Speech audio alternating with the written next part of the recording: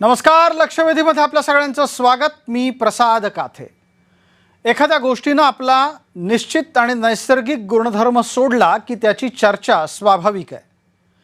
हेच निमित्त आहे चर्चा आज आपण साखरेविषयी करणार आहोत, कारण साखर कडू होऊ घातली आहे एका वर्गाच्यासाठी। सणासुदीच्या तोंडावर साखर महागली आहे। 2025च्या तुलनेमध्ये 13% महागलेली आहे। साठा कमी आहे, मागणी कायम आहे आणि याच निमित्तानं बाजाराचं मागणी आणि पुरवठ्याचं सूत्र गडबडल्यानं साखर चढ्या दरानं विकली जाते। देशात सध्याच्या घडीला इथेनॉलचं धोरण सुद्धा राबवलं जात आहे आणि हे धोरणही साखरेची किंमत वाढायला कारणीभूत आहे का असं विचारायला पुरेसं आहे। कारण अनेक ठिकाणी साखर उत्पादकांच्या साठीचा महत्त्वाचा प्रश्न असा आहे की ऊस त्यांच्याकडे यायच्याऐवजी इथेनॉल प्रकल्पांकडे वळवला जातोय। केंद्राकडून साखर आयात करण्याचा एक मोठा निर्णय घेतला गेलाय।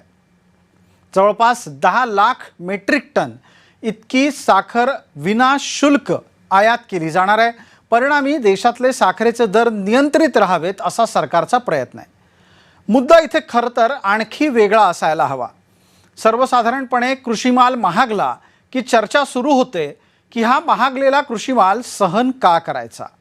पण एवी तेवी जी माणसं 50-50 रुपयाचे पिझ्झे एका चटक्यात संपवून टाकतात, जी माणसं पेप्सी कोकच्या बाटल्या अगदी सहज रिचवतात, ज्या माणसांना सिगरेट आणि दारूसारख्या गोष्टींवर सहज पैसा खर्च करता येतो, अशा माणसांना कृषी माल महागला की पोटात का दुखतं। कृषी माल महागत असेल तर त्याचा शेतकऱ्याला फायदा होतो का याची चर्चा ही गरजेची आहे। आणि साखर कडू होत असेल तर सध्याच्या काळात साखरेच्या पर्यायी बाजार मूल्याचं काय करायचं। साखर जितकी गरजेची आहे तितकीच ती अनावश्यकही आहे असंही वैद्यकीय पातळीवर बोललं जातंय। मग साखरेचे दर महागले तर त्याचं समर्थन करायचं का विरोध करायचा हा प्रश्न उपस्थित राहतो। अशा आणि विविध मुद्द्यांसह चर्चेला आज पुढे नेण्यासाठी आपल्यासोबत कोण मान्यवर आहेत त्यांचा पटकन आपल्याला परिचय करून देतो। या सर्व मान्यवरांना एक अत्यंत छोटीशी विनंती आहे की त्यांनी कृपया पूर्ण वेळ टीव्ही स्क्रीनकडे पाहत राहायचं आहे, कारण आपण पूर्ण वेळ टीव्हीवर दिसणार आहात। या चर्चेत संदीप भुजबळ आहेत, कृषी पत्रकार म्हणून ते आपल्याला परिचित आहेत। आपल्यासोबत शेतकरी कामगार पक्षाचे बाबासाहेब देवकर, राज्य सहचिटणीस या नात्यानं परिचित असलेले सहभागी झालेले आहेत। थोड्याच वेळात या चर्चेमध्ये शिवसेनेच्या शेतकरी आघाडीचे प्रदेशाध्यक्ष जालिंदर पाटील जोडले जात आहेत। सर्व मान्यवरांचा आपण या चर्चेत सहभागाबद्दल स्वागत करूया। माझा पहिला प्रश्न पटकन संदीप भुजबळ आपल्याला आहे। संदीपजी, माझा आवाज आपल्यापर्यंत येत असेल तर याचा खुलासा करा। साखर महागली तर कुणाच्या पोटात दुखायला हवं आणि कुणाच्या पोटात दुखायला लागतं। साखरेचे बाजारभाव जे वाढलेले आहेत यंदा साखरेचं उत्पादन घटलेलं आहे आणि सरकार साखरेच्या योग्य उत्पादनाच्या आकड्यांचा अंदाज लावण्यात थोडंसं अपयशी ठरलंय असं म्हणायला हरकत नाही। कारण जे ऊसाचं उत्पादन आणि त्याच्यातून साखरेचं उत्पादन होतं त्याची आकडेवारी केंद्र सरकारकडे थोडीशी मिसगाईड झालेली आहे किंवा मिसगाईड करण्यात आली। त्यामुळे सरकारचा अंदाज फसला। दुर्दैवाने यावर्षी सरकारला आता लक्षात आलं की साखरेचं उत्पादन घटलंय आणि आपल्याकडे शॉर्टेज आहे आणि मागच्या काही महिन्यापूर्वी 3-4 महिन्यापूर्वी जवळपास 10 लाख टन साखरेच्या निर्यातीलाही परवानगी दिली। 10 वर्षानंतर यंदाचं वर्ष असं आहे की 10 लाख टन साखरेच्या आयातीची ऑर्डर आपण ओके केली, आयात आपण करणार आहोत। पण त्याच वेळेला आपण यावर्षी 10 लाख टन साखरेच्या निर्यातीलाही परवानगी, हा गोंधळ लक्षात आल्यानंतर 5 लाख टनाचीच निर्यात झालेली आहे। 5 लाख टनांची निर्यात आणि आजची गोष्ट मी तुम्हाला सांगतो। संदीपजी माफ करा, एका तांत्रिक कारणासाठी आपल्याला थांबवावं लागतंय। आपला आवाज नीट येत नाहीये, प्रेक्षकांपर्यंत जात नाहीये। आपला माईक जर आपण तोंडाशी धरला तर अधिक स्पष्टपणे आपण बोलू शकाल। मी दरम्यानच्या काळामध्ये आपल्यासोबत शेकापचे नेते असलेल्या बाबासाहेब देवकर यांच्यापर्यंत जातो। एकदा पटकन त्यांच्या आवाजाची चाचणी करू। बाबासाहेब, माझा आवाज येतोय? येतोय आवाज। क्या बात आहे, तुमचा अतिशय नीट आणि स्पष्टपणे आवाज येतोय। मी जो प्रश्न थोड्या वेळापूर्वी संदीपजींना विचारला तो आता आपल्याला बाबासाहेब विचारतो। साखरेच्या किमती वाढल्यानंतर कुणाच्या पोटात दुखायला हवं आणि कुणाच्या पोटात दुखायला सुरुवात होते?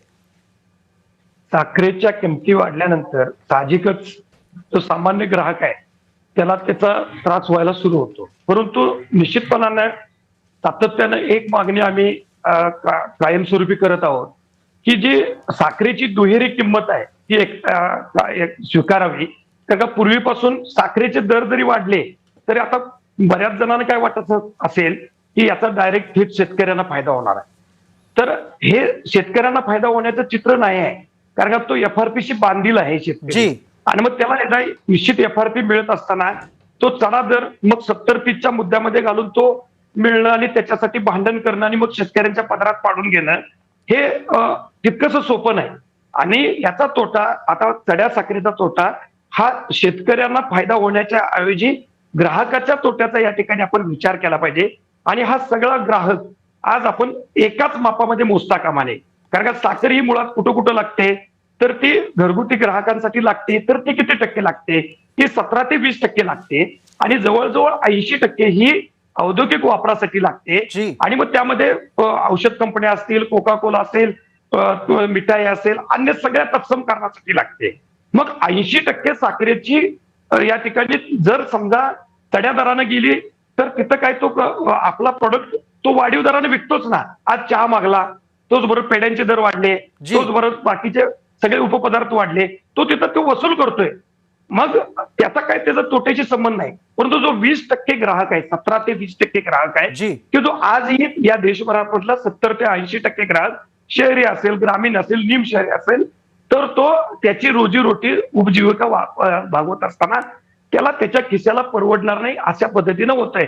मग आम्ही सातत्यपूर्ण गेली शेतकरी कामगार पक्षाच्या पासून आम्ही एका बाजूला उत्पन्नावर आधारित, त्याच्या खर्चावर आधारित आम्ही भाव मागत असताना आजही ते चित्र दिसत नाही.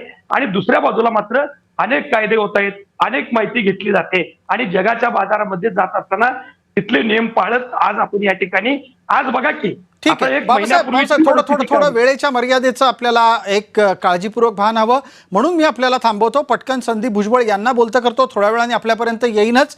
दरम्यान जालंधर पाटील आपल्यासोबत जोडले जातील तक्षणी, त्यांनाही चर्चेत आपण घेणार आहोत.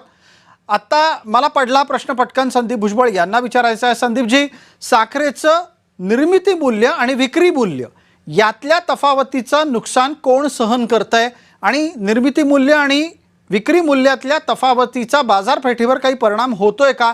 ग्राहकांनी त्याची चिंता करावी का? सर, एक महत्वाची गोष्ट सांगतो. गेल्या 8 ते 10 वर्षांपासून साखरेचं विक्री मूल्य हे कमी आहे. केंद्र सरकारने याच्यामध्ये जास्त वाढ होऊ दिलेली नाहीये, त्यामुळे ग्राहकावर त्याचा बोजा येत नाहीये. हा बराचसा बोजा गेल्या 8-10 वर्षापासून साखर कारखाने सहन करतायत, कारण FRP जे आहे ते केंद्र सरकारकडनं सातत्याने वाढवून दिली गेलेली आहे. त्यामुळे ऊस उत्पादक शेतकरी समाधानी आहे, त्याला त्याचा लाभ मिळतोय. पण कारखाने मधल्यामध्ये थोडेसे त्यांचं सँडविच झालेलं आहे आणि ग्राहकांना पण स्वस्त साखर मिळालेली आहे. फक्त 10 वर्षानंतर यंदाचं वर्ष आहे, त्याच्यातही मागच्या 1 महिन्यापासून साखरेचे बाजारभाव वाढलेले आहेत. तेही अंदाज चुकल्यामुळे वाढलेले आहेत. आणि तुम्हाला आजची एक महत्वाची बातमी अपडेट देतो. काल जसं केंद्र सरकारने सांगितलं 10 लाख टन कच्ची साखर आयात होणार आहे, तसे काल 70 रुपये साखर कारखान्यातली जी खरेदी होती व्यापाऱ्यांची ती आज 62 आणि 63 रुपयावर स्थिरावलेली आहे. 7 रुपये प्रति किलो बाजारभाव घटलेले आहेत आणि ते येणाऱ्या काही दिवसामध्ये स्थिर राहण्याची, वाढण्याची शक्यता नाहीये, स्थिर राहतील. त्यामुळे ही एक मोठी दिलासादायक बातमी आजची आहे.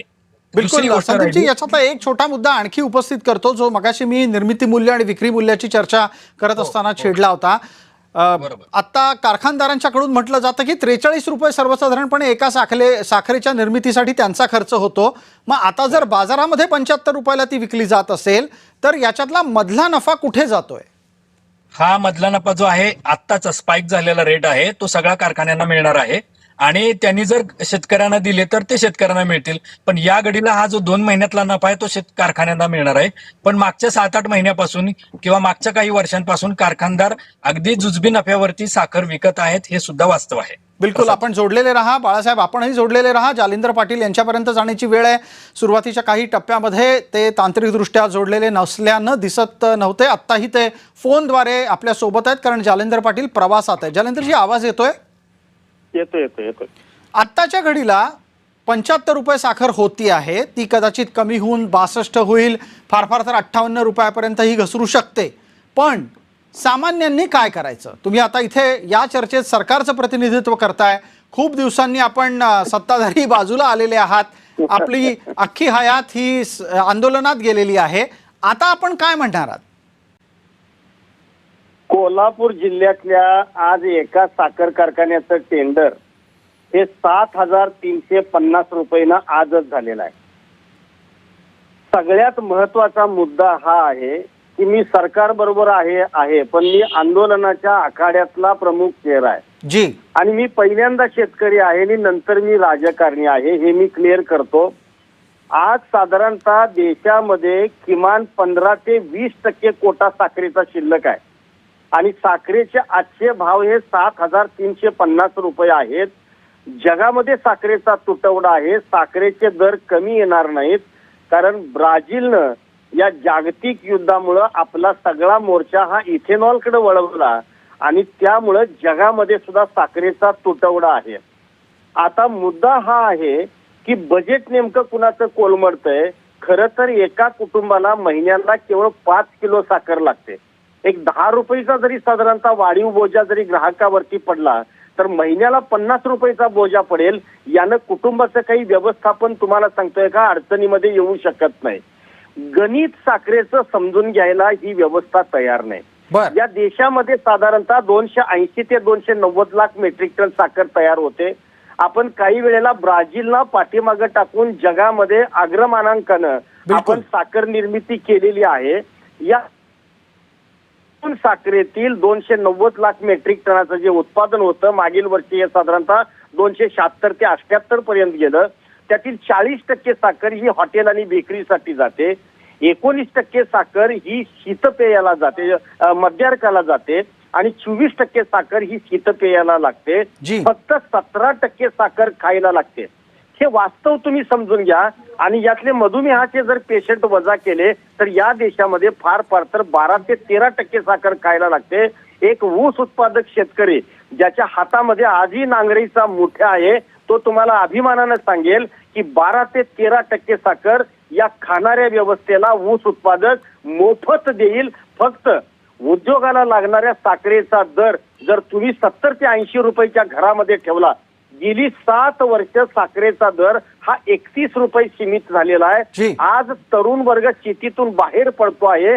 याला जर मातीकडे वळवायचं असेल तर त्याला तुम्ही स्थिर हमी भाव किमान 70 ते 75 रुपये द्यायला पाहिजे. आणि एक मुद्दा संपादक साहेब या ठिकाणी क्लिअर करतो की आज जे 7,350 रुपये जे काही टेंडर झालेलं आहे आणि या माध्यमातून सध्या शिल्लक असलेला 15 ते 20% कोटा किमान या वर्षीच्या उसातला 700 रुपयाचा हप्ता तरी साखर कारखानदारांना या वाढीव बजेट मधला देता येतो.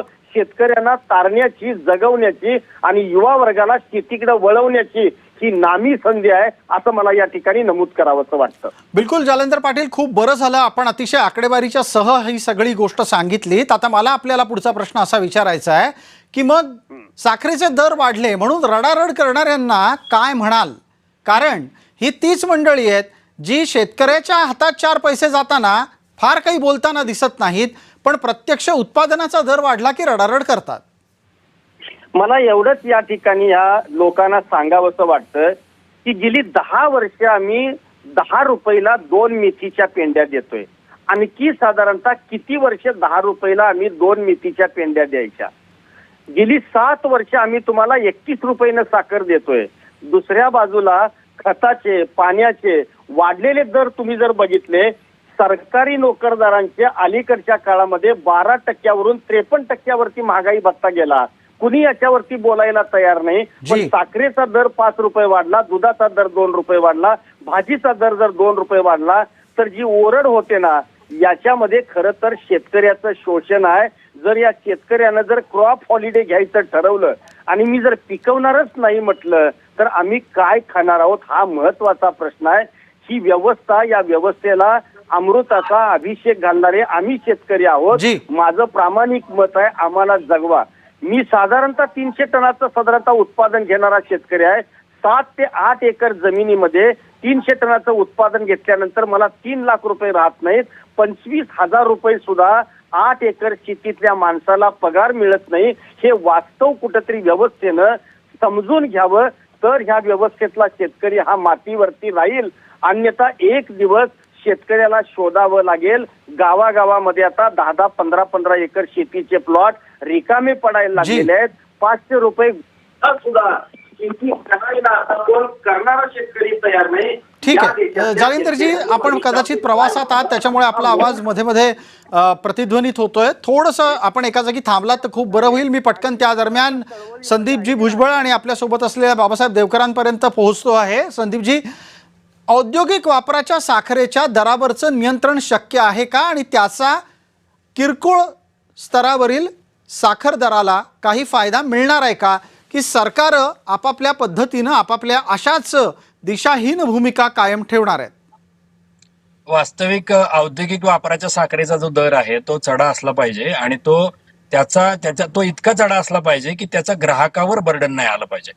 ही जी 30-40% साखर आहे, मला वाटते शीतपेयाच्या कंपन्या, चॉकलेट कंपन्या, मिठाई कंपन्या, त्याच्यानंतर औषधं, या सगळ्यांसाठी जी साखर जाते त्या साखरेचे दर चढे असले पाहिजेत. कारण त्या कंपन्या कुठलाही आपला माल कमी किमतीमध्ये ग्राहकाला विकत नाहीत. ही मंडळी नफेखोरी करते असा आरोप यांच्यावर वर्षानुवर्ष होतोय. या लोकांना व्यसन घातली पाहिजे, या लोकांना बरं, महागच मग साखर आता दिली पटकन पाहिजे. पुढचा प्रश्न असा आहे की समजा एक भीती सरकारला अशी असू शकते की औद्योगिक वापराची साखर जर महाग झाली तर किरकोळ व्यापारातला साखरेचा साठा हा औद्योगिककडे वळेल आणि सामान्यांना साखर मिळणार नाही. मग काय करायचं? नाही, साठा नियंत्रणाचं काम सरकारच करतं, केंद्र सरकार करतं, केंद्रीय अन्न विभाग करतो. साठा नियंत्रणाचं काम सरकार करतं, ते वळत नाही कुठं. ते ज्या पद्धतीने साठा उपलब्ध करून दिला जाईल त्याच पद्धतीने दिला जातो, तो त्याच पद्धतीने उपलब्ध करून दिला जातो. त्यामुळे तुमच्या लेखी औद्योगिक वापराच्या साखरेचा दर प्रति किलो मागे किती असायला हवा आणि सर्वसामान्यांसाठी साखर किती रुपयांनी किलो मिळायला पाहिजे? सर्वसामान्यांना साखर कारखान्याचा जो खरेदी दर आहे, साखर कारखान्याकडनं विकला जाणारा दर आहे, त्याच्यामध्ये 4-5 रुपये वाढून दर असायला पाहिजे. हा साधारण 40, 42, 45 रुपयेपर्यंत असायला पाहिजे. आणि औद्योगिक वापरासाठी जो तुमचा गॅप फिलिंग आहे, म्हणजे जे नफा तुम्हाला हवाय तो त्यांच्याकडनं 10, 20, 30 रुपये एक्स्ट्रा करून घ्या. 60, 70, 80 रुपये त्या पद्धतीने घ्यायला हरकत नाही. बिलकुल. पटकन बाबासाहेब देवकर आपल्यापर्यंत पोहोचतो. बाबासाहेब देवकर, इथे आता मुद्दा येतोय इथेनॉलचा. इथेनॉलच्या साठी आपला ऊस पाठवायचा आणि त्या माध्यमातून एक शाश्वत अधिक उत्पन्नाचं आपलं खातं उघडून घ्यायचं, या विचारानं ब्राझीलमध्ये जर समजा क्रॉप पॅटर्न, शेतीची पद्धत किंवा उत्पादनाला विक्रीची पद्धत बदलत असेल तर हाच परिणाम भारतामध्ये होऊ शकतो का? कारण भारत हा सुद्धा साखरेच्या बाबतीतला एक महत्त्वाचा उत्पादक देश जगातला मानला जातो. भारतामध्ये ह्या पद्धतीचं धोरण निश्चित होत नाही. इथेनॉल कित्येक वर्ष मागणी केल्यानंतर आता इथेनॉलची या ठिकाणी निर्मिती केली जाते आणि मग काही साखर कारखाने इथेनॉल निर्मितीमध्ये आता सध्या आलेले आहेत. परंतु गेल्या वर्षभरामध्ये इथेनॉलची जी चर्चा आहे भारतामध्ये, कारण नसताना ती चर्चा या ठिकाणी आणली जाते. एका बाजूला शेतकऱ्याला इथेनॉल निर्मितीतून थोडे पैसे मिळावेत, साखरेच्या किमतीमध्ये सुद्धा वाढ व्हावी, अशी भूमिका असताना या ठिकाणी आता इथेनॉल वादात आहे. आणि मग भारतामध्ये हे शक्य आहे, कारण का एवढा महाग आहे, भारताला लागणारं जे इंधन आहे त्यामध्ये जर इथेनॉल काही त्याचा कॉन्ट्रीब्युशन करत असेल तर त्याचा डायरेक्ट शेतकऱ्यांना फायदा व्हावा. आणि आज जे या ठिकाणी आपण सगळेच जण शेतकरी नेते असतील किंवा शेतकऱ्यांच्या बाजूने मांडणारे सगळे लोक असतील, मीडियामध्ये सुद्धा आज पत्रकार असतील, इलेक्ट्रॉनिक मीडिया असेल, तर या सगळ्यांनाच माहिती आहे की आज शेतकरी शेतीपासून दूर जात आहे. मग अशा वेळा आपल्या भारताचं धोरण या ठिकाणी कृषीप्रधान देश म्हणून आपण जरी बघितलं असला तर या ठिकाणी इथेनॉलच्या बाबतीत स्थिर धोरण नाही.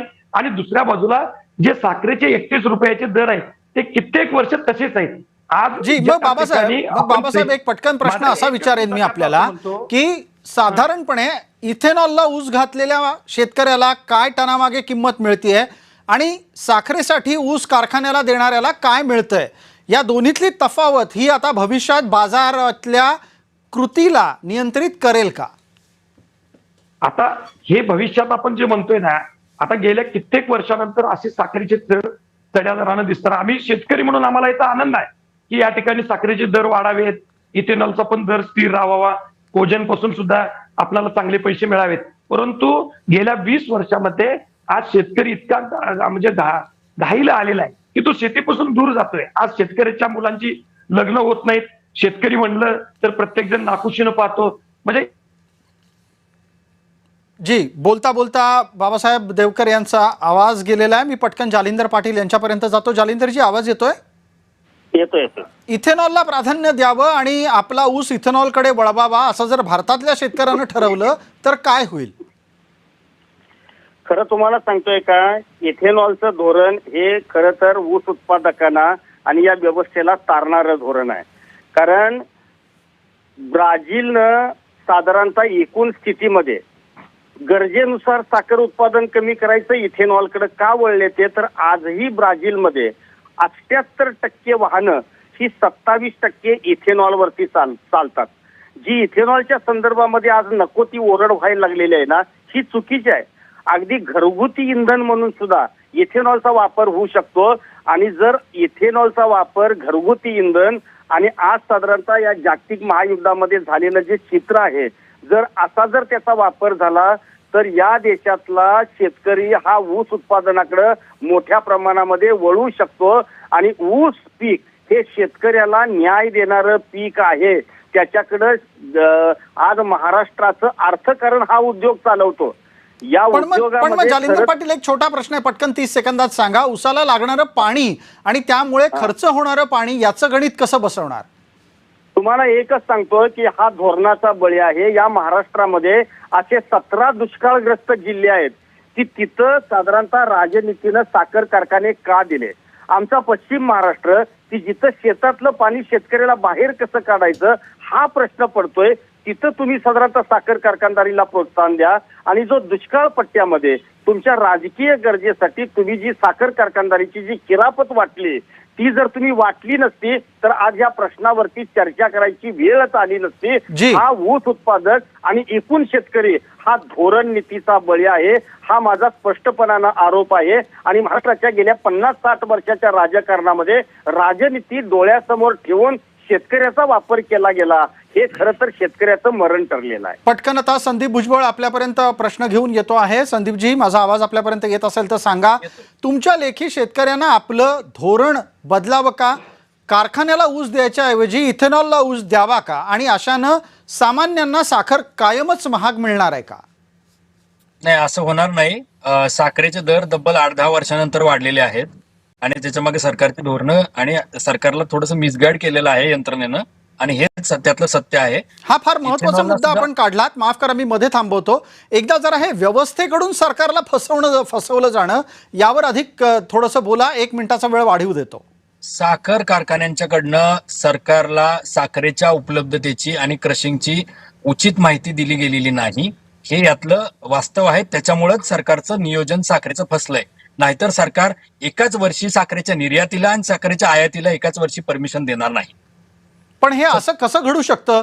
सरकारचे कृषी अधिकारी, त्यानंतर संबंधित कारखान्यांवर लक्ष ठेवणारे घटक हे सगळे काय करत होते असा प्रश्न विचारला तर? हे घडलंय म्हणून तर आज हा दिवस बघायला मिळतोय ना. बिलकुल. एकाच वर्षामध्ये साखरेची निर्यात पण झाली ना आपल्याला आयात पण करावी लागली. आपल्याला उशिरा कळालं की साखरेचं उत्पादन घटलंय. जे एस्टिमेट येतात, साखरेच्या उत्पादनाचे अंदाज येतात, ते अंदाज चुकलेले आहेत किंवा चुकीचे ब्रीफ झालेले आहेत. जालंधर पाटील, पटकन याचं उत्तर कसं शोधायचं? सरकारलाच फसवलंय यावेळेला कारखानदारीनं. हे बघा, तुम्हाला मी सांगतोय का, या उद्योगामध्ये खाजगी उद्योगाचा मोठ्या प्रमाणामध्ये शिरकाव झालेला आहे.